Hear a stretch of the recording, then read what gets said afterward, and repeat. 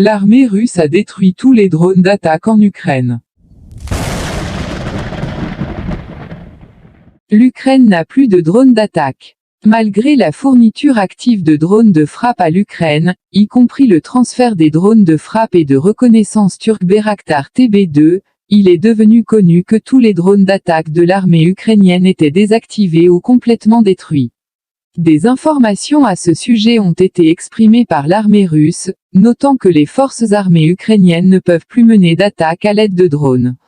Comme il ressort de la déclaration de l'armée russe, l'utilisation de drones d'attaque par la partie ukrainienne n'a pas été observée depuis très longtemps, et les drones actuellement utilisés sont de reconnaissance, cependant, ils sont rapidement détruits. À ce stade de l'opération, nous travaillons sur des drones de reconnaissance, tels que l'Eleka, Fury.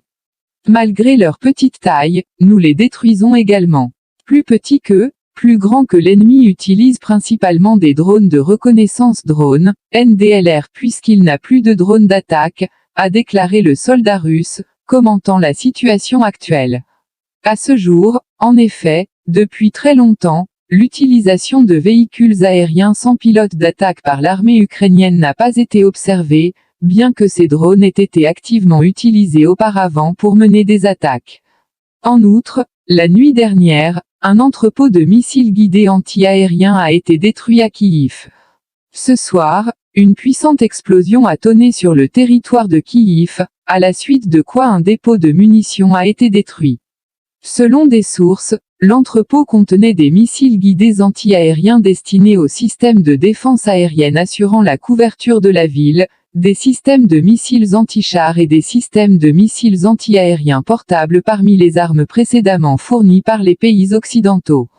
Les circonstances de l'explosion sont mystérieuses, puisque les résidents locaux affirment que les signaux de raid aérien n'ont pas été annoncés et que les arrivées de missiles n'ont pas été enregistrées.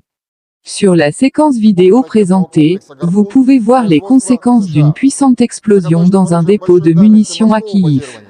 Il est allégué que de nombreuses explosions ont été entendues sur les lieux, à la suite desquelles il n'a pas été possible de commencer rapidement à éteindre l'incendie.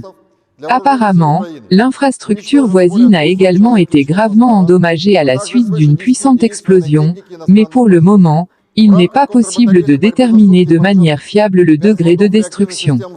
Compte tenu des informations selon lesquelles il n'y a pas eu de frappe à Kyiv, du moins il n'y a pas de déclarations officielles du ministère de la Défense de la Fédération de Russie à ce sujet, les experts n'excluent pas qu'un sabotage organisé ait pu provoquer l'explosion.